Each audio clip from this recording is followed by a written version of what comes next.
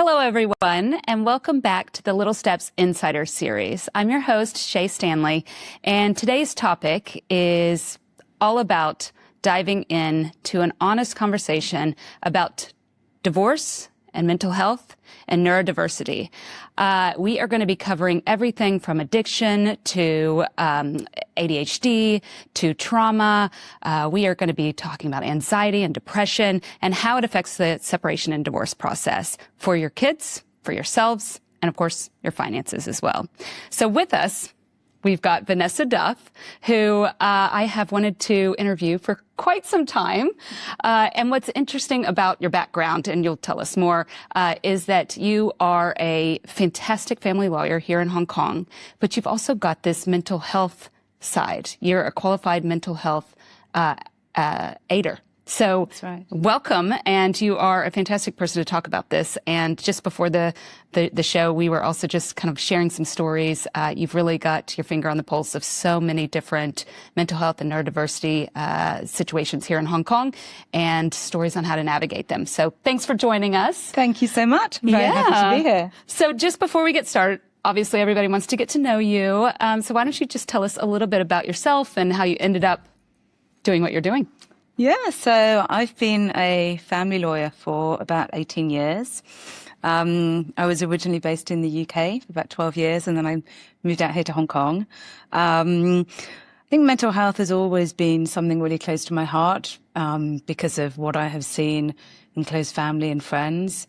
And as I've done this job over time, I've just realized that actually you need to have a real understanding of mental health issues and how a person really feels when they're going through this process. Because legal advice is only one part of it. There's a whole load of person around, that you're dealing with in your separation and divorce proceedings. And I think understanding what's going on behind the scenes and what's going on with them and in their personal life and in their families and really what they're experiencing and witnessing at home can really help you do the best job you can for them.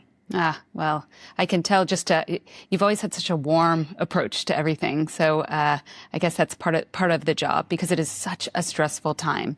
And I would imagine that anybody that walks through the door is going to be anxious, and very nervous and just wondering what the next step is. So hopefully we'll answer a lot of questions today. But of course, if they need to get in touch with you, we will provide all the information so in the show notes. So let's go. Let's dive right in.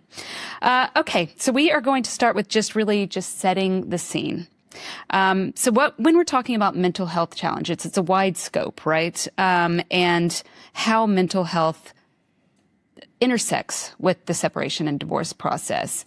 Maybe you could just elaborate on what that looks like for families that you're seeing. Yeah, of course. So when you talk about mental health, I think what most people think about that comes to mind at first is anxiety, depression, the sort of mental health issues that a lot of people have when they're just going through the divorce process itself. But it's obviously a lot wider than that. And a lot of the situations that I see either are people who have had mental health issues for a number of years, or those who are experiencing mental health issues because of the stress and the trauma of their relationship breakdown. So you do have individuals with anxiety and depression, perhaps PTSD or various paranoias. I have cases, for example, where some of my clients are too afraid to leave the house because of the stress of perhaps bumping into a former partner. And then we've got what I think is also very common, substance abuse. Oh, yeah. Be it drugs or alcohol, and then addictions. Those can also have a huge and profound impact on people and on families, be it gambling or sex addictions, and those other sorts of areas. We then have the much more serious mental health conditions, such as, very serious depressive disorders, psychosis, schizophrenia, Thankfully, I don't see too many of those, but I do deal with similar cases every now and then, and those are really, really, really very difficult for families, and particularly when there's children involved. And those are the sort of conditions that we see with the parents. But then we also have, as you mentioned at the outset, neurodiversity. And I think increasingly, particularly in Hong Kong, where special educational needs and neurodiversity is becoming more well known, I think, than it perhaps had been 10 years ago. People are more aware of it. Parents are more conscious. Schools are more conscious. And so we do have a significant number of children who might be neurodiverse, maybe autism, ADHD, and then that will also impact on separation and divorce in the sense of how do the parents deal with it, and the conflicts that can arise because of the decisions that they have to make for their children. Obviously, differing views about potentially those conditions and then potentially what should be done about it. So that's kind of the complete net, more or less. I always say your job is not boring. But, you know, today we are going to be looking at some of these, but obviously there's a lot of things that we can explore here. But I do want to start first with the kids, because that's always front and center of anybody that's going through divorce, and how to protect them, but also how to look at their own needs as they're navigating that. So I want to just kind of take a look at, obviously with children, separation and divorce, they're going to feel the ripple effect immediately, right? And I think parents or those that are divorcing or separating, they want to know what is normal and probably what is something that needs to be flagged, and then we'll get into the court side of things, because that's next. I think the first thing I'd say is there's no normal. Every family's different, every circumstance is different, and sometimes the way that children react is not always instantaneous, and sometimes it's gradual, and to some extent it depends on what the mental health issue is. So, for example, it depends on the age of the child. So typical behaviours with young children when there are mental health concerns with one or both parents, maybe sort of regression, so in terms of bedwetting when previously they were, potty trained, or, for example, coming to the parents' bed at night, seeking that extra comfort and reassurance, because little ones can't, they can't verbalise and express their needs. And then as children get older, that's sometimes when the anxiety and the depression comes in. And it's always incredibly sad when I talk to a parent and they're explaining to me how their children are withdrawn and the teachers are observing that they're not wanting to socialise as much, or they're not coming out of their bedroom as much. I think tied in with that as well is the fact that children can sometimes feel guilty or responsible for what's going on. And it's obviously super important that parents give that reassurance to children that this is, something between mummy and daddy, that you've done nothing wrong. This is not you. We both love you. We will always love you. We will always be there for you. But it's not always easy when parents themselves have got mental health difficulties to get that message out. And it's not always easy to get it out in the right way. I think when you start looking at older children, that's when you sometimes get the aggressive behaviours, the oppositional disorders, and because they just don't know how to express their emotions. Unfortunately, then that sometimes will impact on their schoolwork. It will impact, potentially they would start taking substances themselves. And so it's really important, particularly because sometimes divorce proceedings and separation can take a number of years. It's really important that the children are put at the forefront and are not an afterthought, that their emotional needs are really prioritised at the outset.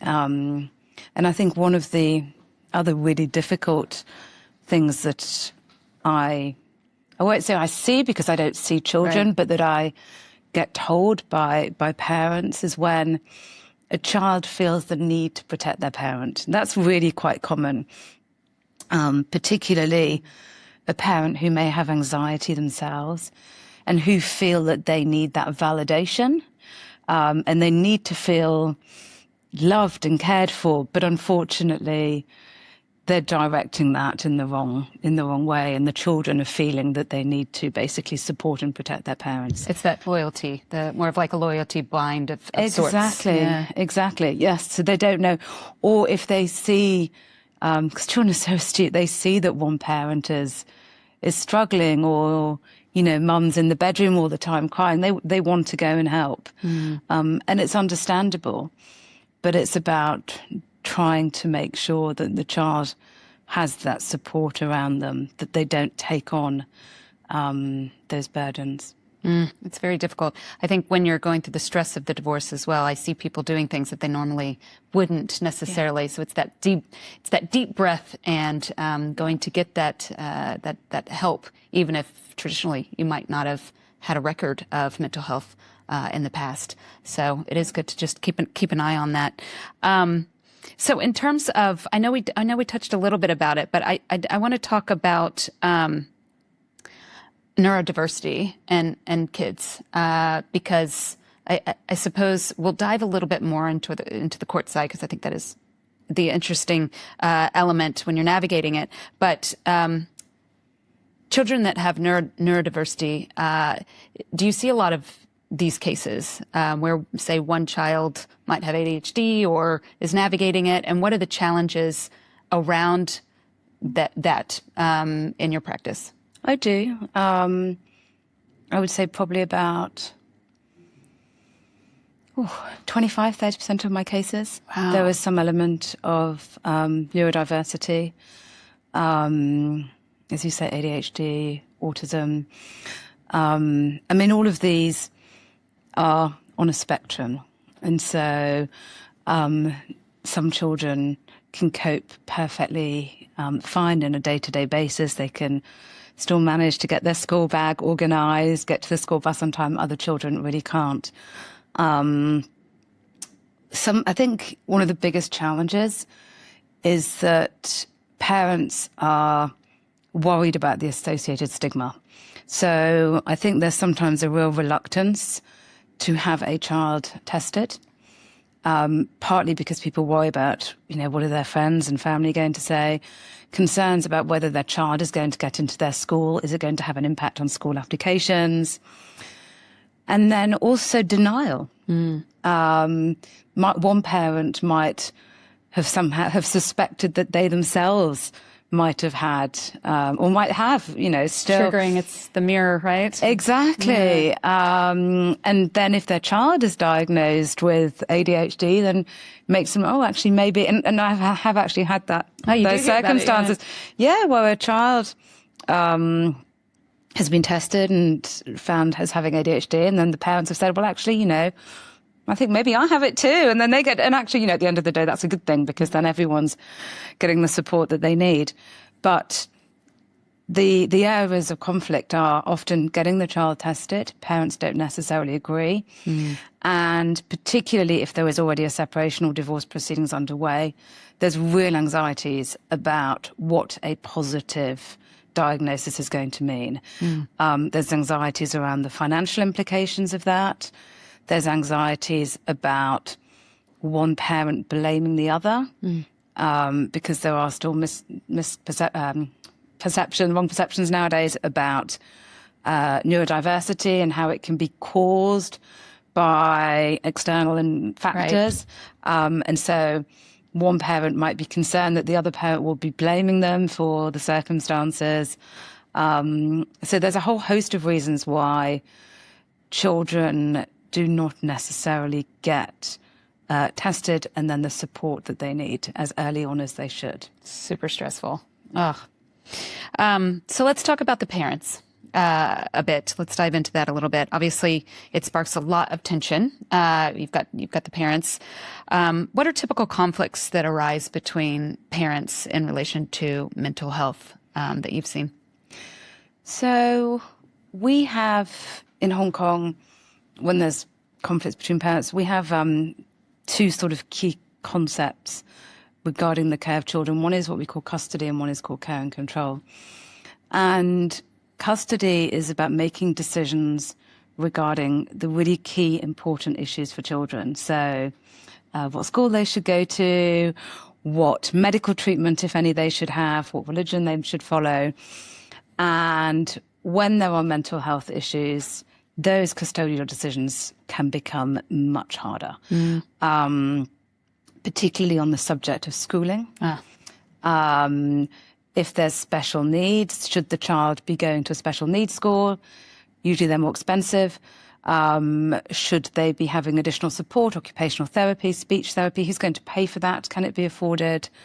That can lead to a lot of conflict. Again, as I mentioned a minute ago, whether a child should be tested can lead to a lot of conflict. You've then got the much bigger issue of the actual care arrangements for the child. And this is a lot of what I deal with. When there is a parent who is, as a result of their mental health condition or an addiction, unable or unwilling to care for a child. And sometimes the unwillingness is through no fault of their own. They are unfortunately unable to get the child up in the morning, make them breakfast, make sure that they do their homework, make sure that they're properly cared for.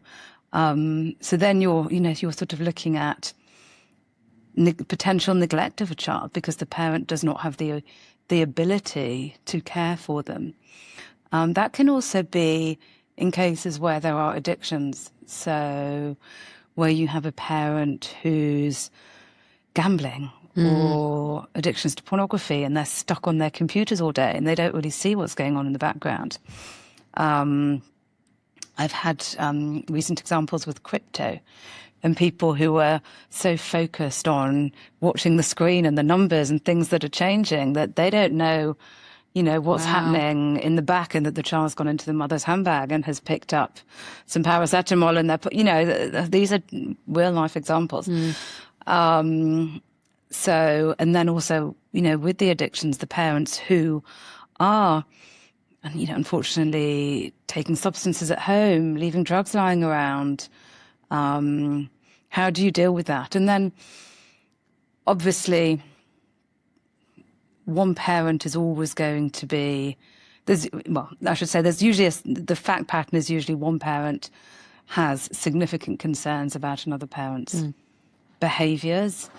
But then that parent may feel that actually it's being exaggerated or that their drinking is normal, that their time spent on the internet is no different to anyone else. And that's where there's conflict. One parent who believes that they are a capable parent, but the other parent sees things differently. And do you also have cases where, because I imagine with the high conflict cases that you have, people accusing the other of having a mental health, or you see the narcissistic personality disorder, which could be the case or could not be the case, or addictions, and it's not true necessarily, yes. And kind of going about that process. Do you see that? I do. Yeah. Those are very difficult cases.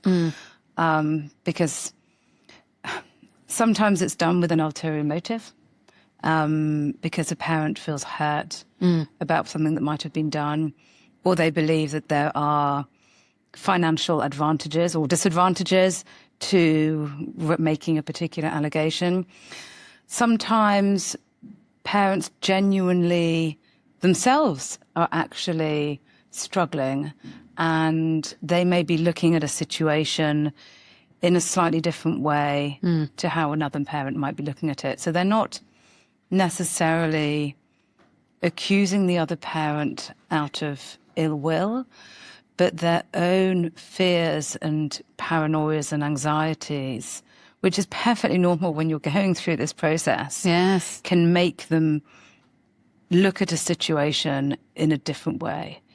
And that's why it's really important not just to talk to a lawyer about what the court might have to say about a particular behaviour, but talking to a therapist or other person who can kind of guide them into what's normal and what's not normal. And children might have a certain reaction to something that's said or done that's perfectly normal in the circumstances, but a parent might think, what's happened? Why are they crying excessively?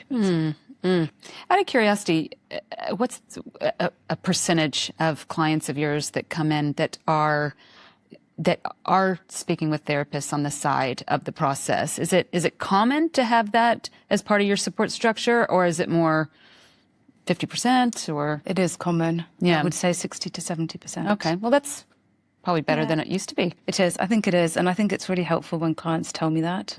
And sometimes I will actually ask them whether they are happy for me to talk to their therapist. Because, as I said at the beginning, understanding what's really going on through their minds is really important for me to do the best job.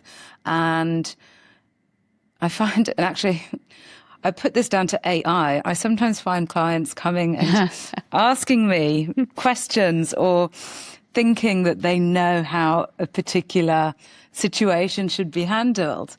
Or friends and family saying, this is really important, you've got to ask this, you've got to ask that. But actually, when you really drill down, or when they are in that meeting with me and they are at their most vulnerable, or when they're talking to their counsellor or therapist, it's not necessarily the same as what they might have on their list of questions. Oh, definitely. And part of my job is not just listening to the words that I'm being told, but it's trying to understand what's actually going on behind that. Because everyone's priorities are different. And particularly when your client might be the one who has anxiety or depression, you don't necessarily know at the beginning exactly what it is that's the most important to them. But that's my job, to figure it out and help them to figure it out, and then to get the best outcome I can for them in what are very difficult circumstances. Let's talk about the deniers, the ones that clearly have something to work through, but they just won't get help, won't take the medication, won't get diagnosed. What do you do in those situations? Very hard. Unfortunately, that's when those types of cases are the ones that end up in court. They more take forever. Often than not. They can take forever. Or I think sometimes there's the deniers, but there's also people who know that there is a problem, but they will not go for treatment because they are concerned about the impact that might have in the context of divorce proceedings. Okay. So effectively, if I go and see a psychiatrist because I'm depressed, is that, and this is a question I get asked quite a lot, is that going to reflect badly on me? And is my husband or wife going to say that I'm not capable of taking care of my children because I'm depressed?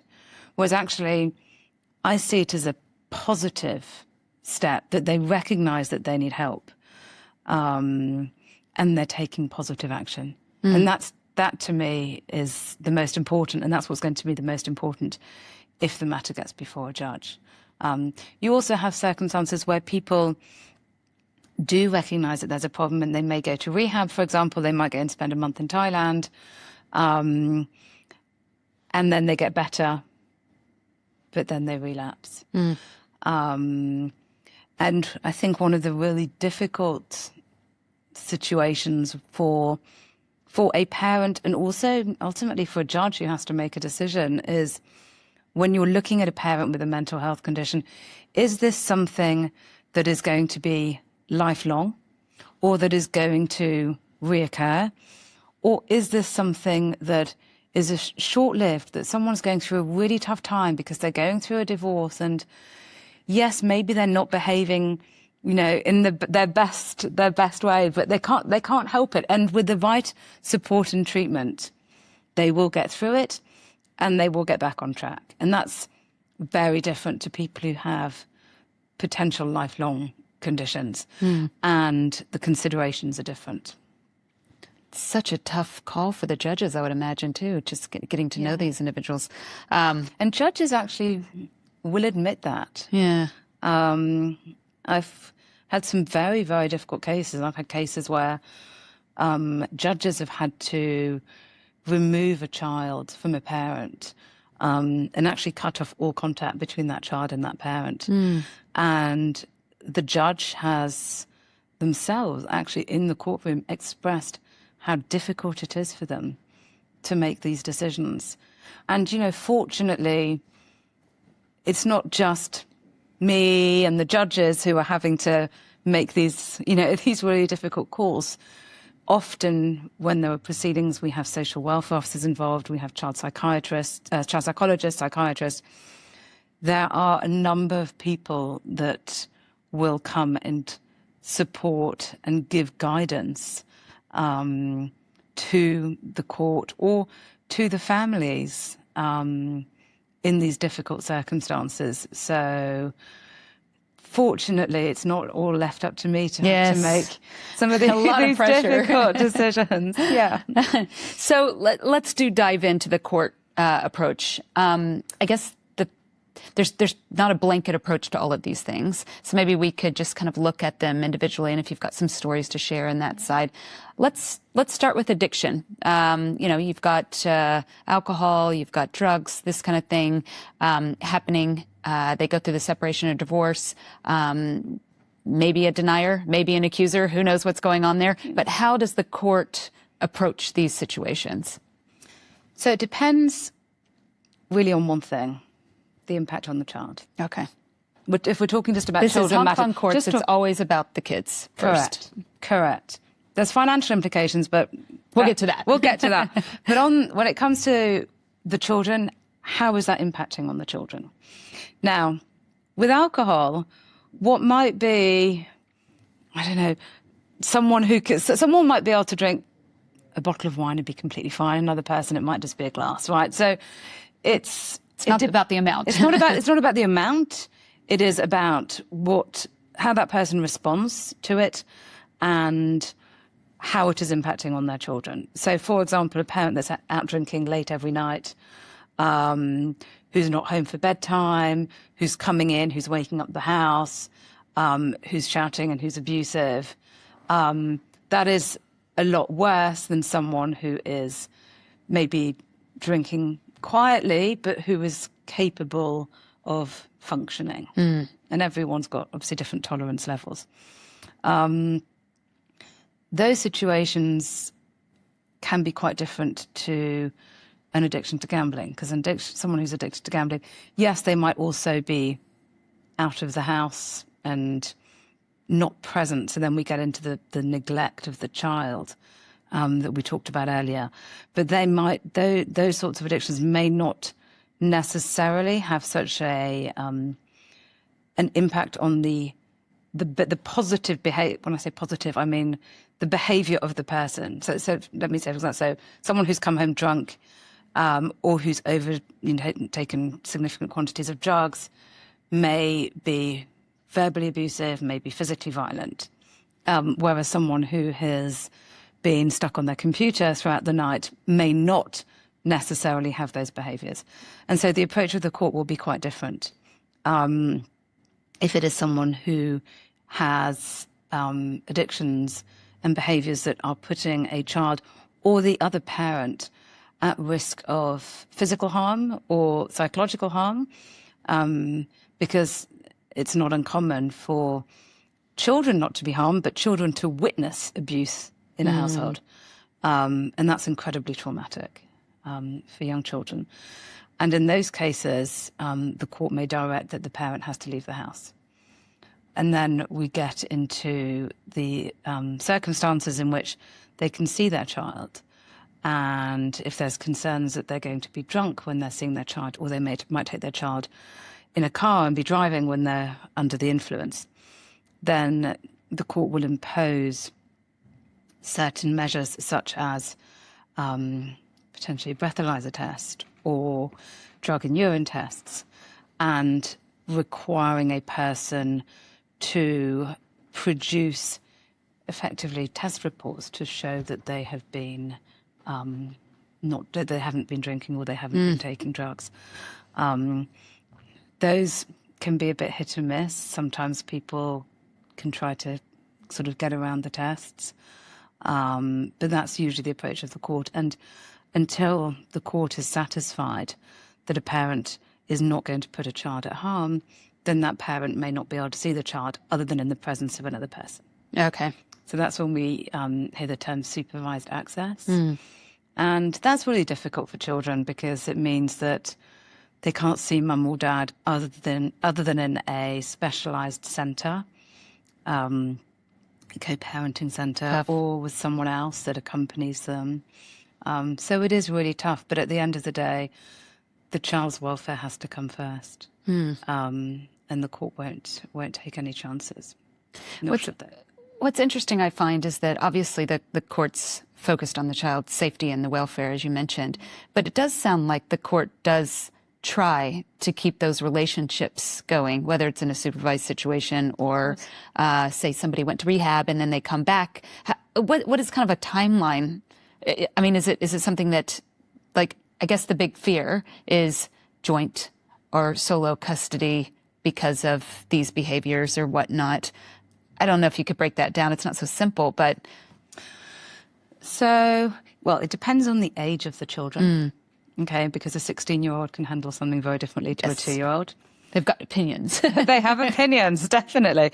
And, you know, I do say to my clients, children of that age, they vote with their feet. Yep. And quite often, if they've been brought up in a household where there is a parent who is not, you know, an absent parent, or I say absent because they're doing their own thing, or they're an unreliable parent because you don't know whether they're going to come home at 6 o'clock or at 2 o'clock in the morning. You know, those children over time, you see that they don't necessarily want to spend time with them. It's sort of their own self-protection. But going back to your question, it depends on the extent to which someone is accepting that they need to do something about it. And if the court can see that they are voluntarily submitting themselves to treatment and, if necessary, ongoing psychiatric support. Okay. So it's taking accountability and showing the court that you're really trying. It is, exactly. And there are some parents out there who are, you know, doing a fantastic job, who are seeing their therapist, psychiatrist regularly, continuing with medication, providing blood tests, doing all of the right things. And they are seeing their children. And there is absolutely no reason why there should not be what we call shared care, which is where both parents spend broadly equal amounts of time with both children. When there has been evidence over a period of time, I would say normally maybe about 18 months, but again, it depends on, you know, the severity and what the condition is. But there's, you know, at the end of the day, it is well recognised that it's in a child's best interests to have quality time with both parents. It's undoubtedly, and, you know, that should be, in most cases, what parents should aspire to. But at this same time, a child has to be safe, and it's not always possible. Right. But the most important thing is not to use someone's mental health as a weapon, as a stick to beat them with. Right. It's to be conscious of that it's a challenge for them, and that they can't always change how they are or what they do, and that it is a process. But I think transparency and honesty is also really important, because quite a few cases that do just end up becoming very contentious are those, the deniers, or not necessarily the deniers, but the ones who try to minimize, try to constantly minimize the impact of their actions. Right. And then I think that's where you get the conflict. Yeah. And the blamers, I suppose, as well. And the blamers. Yeah. So I wouldn't have been drinking if it wasn't for you. That's it. That's it. Yeah. So we talked about addictions. I'm assuming when we start talking about other mental health, depression, anxiety, some of these other, it would fall into the same arena of showing accountability and doing the next right thing. Are there any differences? If it's serious. Yeah. All of these are on a scale. I mean, I think nearly everyone who's going through a divorce has some degree of anxiety. 100%. Yeah, and trauma, right? Of course. It's losing someone that they've given up a significant proportion of their life to. It's the unknown, the uncertainty of what's coming next, the worry about conflict. There's so many emotions. I think it would take someone with a huge amount of personal inner strength to go through this process without having some degree of anxiety. Yeah. So that I think anxiety is less of a issue and I think this is really the crux of it. It's when the anxiety that a parent has ends up negatively impacting their child. So, for example, the excessive questioning. So when you were at mum's house or daddy's house, what did they feed you? What time did you go to bed?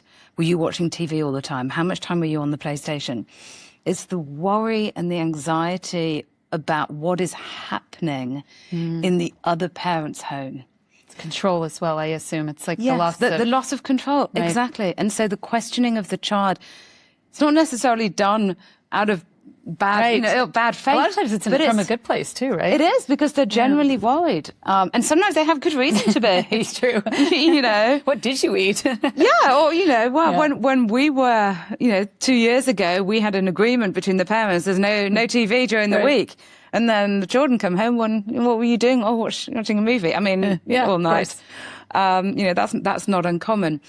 But it's when that questioning has a detrimental effect on that child's relationship with the other parent. Oh, I see.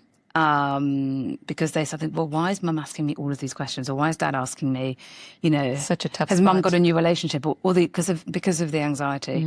And that can also feed into then children being anxious about, as we talked about at the beginning, are they to blame, or do they need to protect that parent?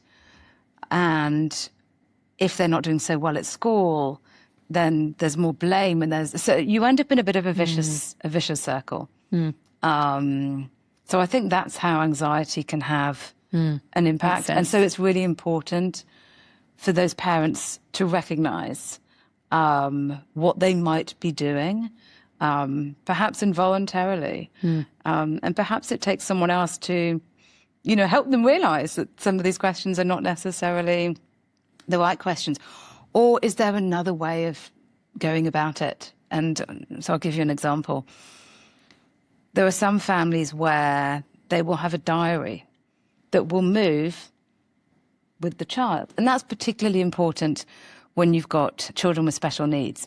So maybe children who have to take certain medications, or who might have an aversion to any vegetable that's orange, or right, or a child that's regularly unwell. So instead of questioning the child, if the parents can work together and then they can put in the diary, today, Lizzie was really struggling with this, or she found it particularly hard to get her, to get into the bath tonight, or she was overly tired because she was worried about her maths exam.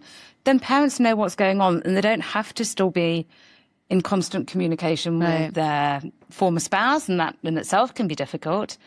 But they know what's going on. That's a very good tip. Yeah. Because probably when you're writing in it, you're doing it from your experience with the child rather than talking to the parent, So it's a totally different tone, isn't it, sometimes? Exactly. Or, Sally fell today and she's got a bruise on her knee. It's much better for a parent to see that and understand what's happened. Right. Rather than, and particularly in cases where, for example, the child has just been with a parent who has had difficulties with drinking in the past, and then the child comes home and there's a bruise or something, and it's, in most cases, it's just a normal accident. Right. You know, kids run around and hurt themselves. It doesn't mean that they were not being properly cared for, but it's easy for someone to jump to conclusions, and particularly when there isn't necessarily that openness and transparency about what's going on. Whereas if if you've got the diary and you say, "Oh, she fell over," and then the mum sees, and you're not immediately running to the wrong conclusion. I think a diary would be great no matter what the situation is, right? It's good. It's a very good tip. Particularly when you've got lots of kids. Yes. So neurodiversity and the courts, how is that typically, with children with various needs? I guess, what are the concerns that you're seeing? And then how do the courts typically treat these cases? So the main concern is stability for a child. So children who are neurodiverse tend to need more predictability, certainty, regularity. That's, simple things like meal times, bedtimes, routine, the habits. The habits. And the difficulties can arise when the parents are not aligned, and what happens in one house is completely different to what happens in another house. And in a worst case scenario where the parents can't get on the same page, the court may say, well, actually, this child has to have their main home and spend 95% of their time with one parent because that parent is able to give them the consistency and the security that they need. And then the other parent would have less time with that child. The court will always want, as I said before, to ensure that both parents can play an active role. But if it is causing too much distress, and particularly the idea that a child may be with one parent on Monday, then another parent on Tuesday, back to, say, mum on Monday, then dad for 2 days, those sorts of arrangements are much harder, particularly when the children are younger. So that really has to be factored in. And then the school. Which schools do they go to? And they are expensive. They are expensive. And what treatment do they need? And do they need medication? Insurance, all of it, yeah. Yeah, it's tough. And it also comes into play quite a bit when you're looking at child relocations. Right. So one area that I deal with is where a parent is looking to maybe go back to their home country, or they've formed a new relationship, or they've got another job that requires them to move overseas. And it can be particularly difficult for neurodiverse children who have lived all of their lives in Hong Kong to then be uprooted to go and live in another country. So it's really important in those cases to look closely at what the schooling and support network would be in that other country, because countries are all different in terms of the extent to which they can provide special educational needs and supporting in schools and those sorts of things. And that's when you, of course, will get child psychologists and experts who will be making recommendations to the parents and to the court about what is in the child's best interests. Complicated. Yeah. Yeah, and inexpensive, but I think one of the things that I'm seeing as a trend that you keep emphasizing is that they're looking out for the kids. They're looking out, they're hoping the parents get that interaction, both parents. Yeah. It's fair, it's just it's right. Take accountability, do the right thing, focus on the kids. These are all the messages that every parent wants, right? It is. It just gets a little bit tangled sometimes. But what the court also wants as well is, in an ideal world, for parents to sort it out themselves. Yeah. Judges don't want people coming back to court for them to decide on whether the child has to be returned home at 6 o'clock or 7 o'clock at night. And sometimes that does have to go to court, but courts are very much in favour of mediation. And I think mediation in the right cases is also a fantastic tool to try to sort out some of these disputes with children, because it's very much a confidential process, and it's also a space where people can say things knowing that it's not going to be repeated back at them. Right. So someone can recognize and accept in mediation that they need to take some time for themselves or go for treatment, but they might not necessarily want to be saying that in a court process. So it can have some great outcomes. Let's touch on the financial considerations, because obviously, any of these situations will have some numbers attached to it. And, when you go through the process, filling out the Form E, there's going to be a lot of these various things that you're going to need to fill in. So maybe you could just give us an overview of the financial considerations when it comes to mental health, but also neurodiversity. So the biggest financial consideration when there's a parent with mental health is whether that person's capable of holding down a job or getting employment, or whether they're going to need financial support from the other parent, and for how long. So we call that spousal maintenance. Right. So, for example, if the mother can't work because of depression, the court has to assess, well, how long has she been out of work for? Could she go back into the workplace? Does she need to have additional training? What does she need to do to get herself back on her feet? And how long is that going to take? Right. And then the court will assess if there needs to be additional financial support for that parent over a period of time to enable them to get back on their feet. The more difficult cases are the ones where someone has very significant mental health challenges, which basically make it virtually impossible for them to work. And in those circumstances, there might need to be ongoing financial support for that spouse. And Hong Kong's an expensive place. It's not easy when you have one income that needs to be divided between two. And people's lifestyles do change. And sometimes, difficult decisions have to be made. I have cases where parents really have to focus on whether they can afford to put their child in a special needs school or whether they can take their child on holiday. Right. Or, what luxuries need to be cut. But at the end of the day, the child's needs will always come first. Right. And then we've got the needs of the parents. And if there is a child who's going to need potentially, lifelong care or care for well into adulthood, then the court may be suggesting to the parents that they put aside some money to provide for that, to make sure that there's a fund to get that child through to a certain point. And it's a lot to figure out when the kids are really young as well, right? So It is.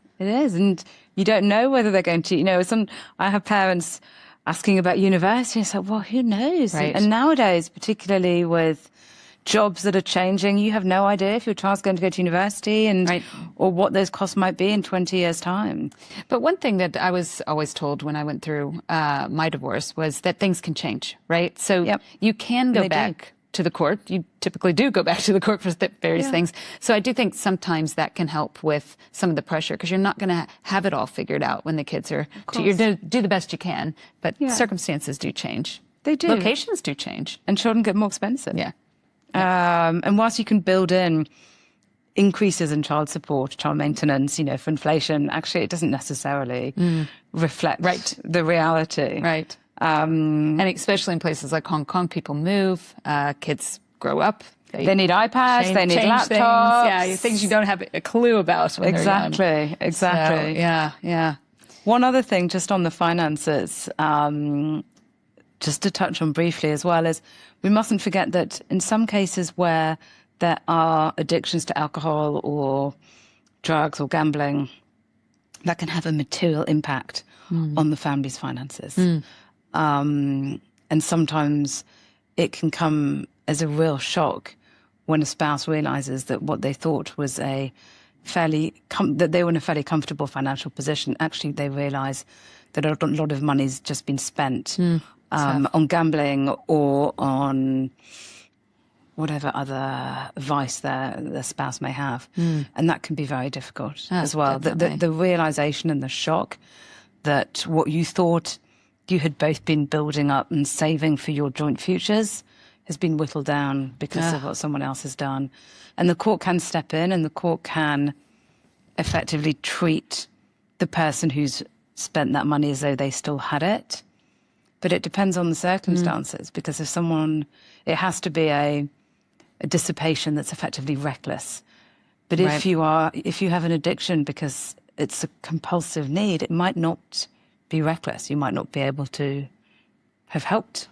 You know, you couldn't stop yourself from what you were doing. So those are also very difficult situations. I can see that. Yeah. Oof. Well, there's been so much information today. There's just, I mean, every case is so different. Every person is different. So thank you so much for sharing. I want to kind of wrap it up with some practical guidance. There's a lot of people that will watch this live, after live, read the article. Let's say you're talking to somebody that's just starting this journey, and for whatever reason they might have, it's neurodiversity or mental health. Or what would be your practical steps, your first steps? You're going into the lawyer's office for the first time.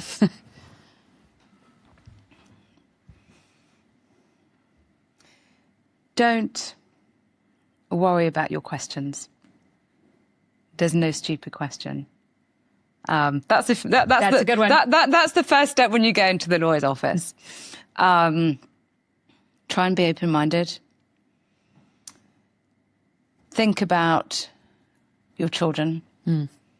Think about how one day your children will be grown up, and hopefully one day they'll get married, and hopefully you'd like to be able to sit at the same table as your former spouse on their wedding day. And what do you need to do and not do to get to that position? Get the support you need, and don't be ashamed or embarrassed or scared about getting the support you need. Get the support that your children might need, and be open and honest with your legal team and with your support network. Solid. My last question. You mentioned support for your children and for yourself. If you could just keep it simple, I know it's not simple. What does support look like for somebody that's going through separation or divorce? Someone willing to listen, but not judge. It's good. That's advice for all the friends, right? Like, that's good. Yep. Can I add one more? Oh, you can add. Every case is different. Yeah. And don't get too concerned about what has happened to your friends or other people that you might know, because a lot of things happen behind closed doors, and you don't always know the full picture and all of the circumstances in another person's marriage. And what may look like another situation that's similar to yours may not be. So I think just keep an open mind, listen to the legal advice that you're getting, and of course ask your lawyer, well, why is my case different to this one? And I'm sure you'll get an answer. But you need to, I think it's important that people understand every situation is different. Yeah. And there's no one size fits all. Definitely. Well, thank you so much. This is a wealth of information for anyone that's going through this, but also for friends or partners or anybody that's looking to help people along the way. So thank you so much. Thank you for having me. So just for everyone that joined us, of course, you can always write in with questions. We'll make sure that Vanessa gets them. And yes, till next time on Little Steps Insider series. That's it. That's a wrap. Thank you. Thank you. Bye.